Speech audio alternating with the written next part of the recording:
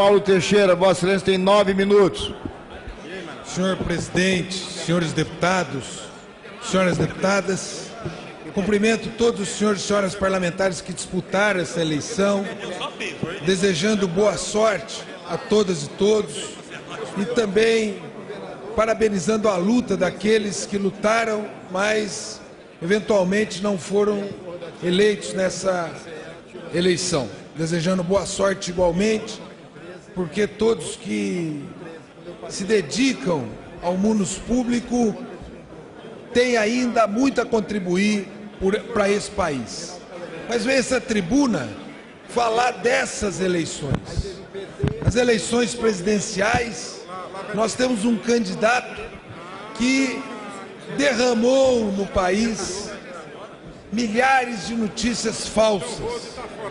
Notícias essas que foram despejadas através das redes sociais, principalmente do WhatsApp, e que vieram dos Estados Unidos, vieram de outro país e que foram despejadas sobre as mentes do povo brasileiro.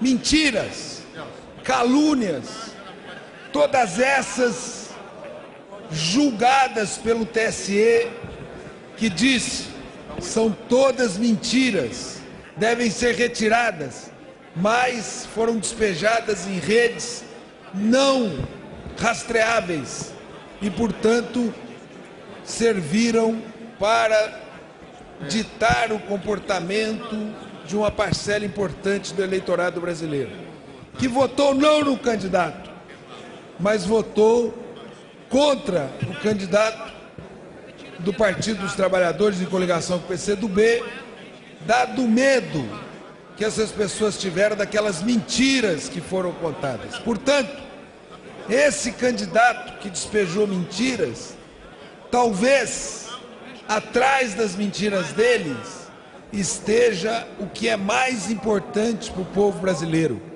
Ele vai retirar direitos do povo brasileiro mais pobre. Foi assim quando ele votou aqui em 2 votações contra o registro na carteira da empregada doméstica, PEC essa conduzida pela deputada Benedita da Silva. Ele votou contra o registro em carteira das empregadas domésticas. O seu vice, general Mourão, disse que o 13º salário é uma jabuticaba que só existe no Brasil e, portanto, não deve continuar. O próprio vice, general Mourão, disse também que não se deve pagar um acréscimo nas férias. Todas essas medidas contra a classe trabalhadora. O candidato Jair Bolsonaro, ele votou pela terceirização selvagem que está acontecendo no Brasil hoje, que não gerou um emprego sequer, mas que fez diminuir os salários dos trabalhadores brasileiros. Hoje, senhores e senhoras, no jornal A Folha de São Paulo, a manchete é que o economista Paulo Guedes, esse economista que fala tudo de economia, já que o candidato nada sabe de economia, ele disse que vai retirar os gastos obrigatórios da Constituição.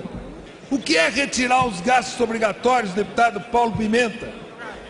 Retirar os gastos obrigatórios é parar de destinar o mínimo constitucional para a educação, é parar de destinar o mínimo constitucional, deputado Patrus Ananias, para a saúde, é parar de destinar o mínimo constitucional, deputado Paulão, deputado Helder, para assistência social.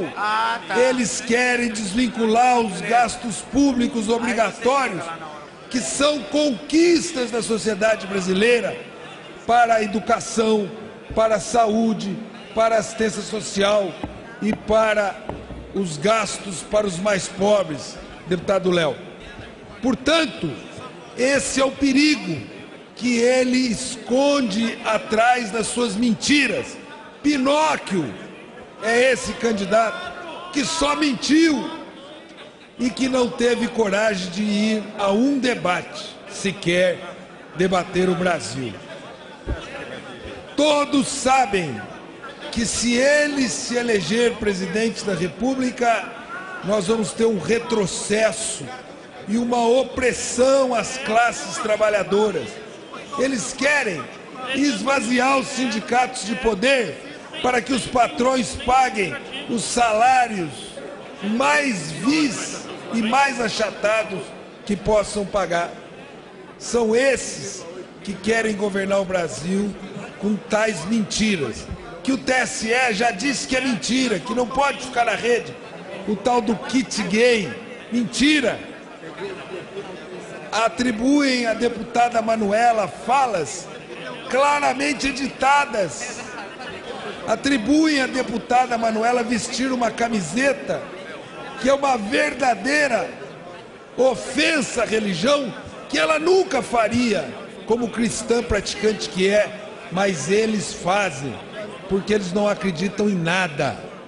E é por isso, senhoras e senhores do Brasil, esses senhores vão diminuir as condições de vida da classe trabalhadora. E eles estão escondendo tais ameaças através dessas mentiras, desse lixo que eles jogaram na internet nesses tempos. No tema da segurança pública, o cidadão, ele quer que a polícia passe na frente da casa dele, que se ele for roubado, a polícia desarticule o crime anteriormente, ou durante o fato que a polícia o socorra, ou depois do fato que a polícia investigue, que o Estado brasileiro confronte o crime organizado. Agora o povo brasileiro não quer guerra civil, que é o que esse candidato propõe ao distribuir armas para o povo brasileiro. E é por isso que o melhor candidato nessas eleições é o Fernando Haddad, como falou tão bem o deputado Orlando, aqui dessa tribuna, o deputado Orlando Silva. O Fernando Haddad, como ministro, colocou 4 milhões de estudantes no ensino superior. O primeiro, muitas vezes, da família que se formou no ensino superior.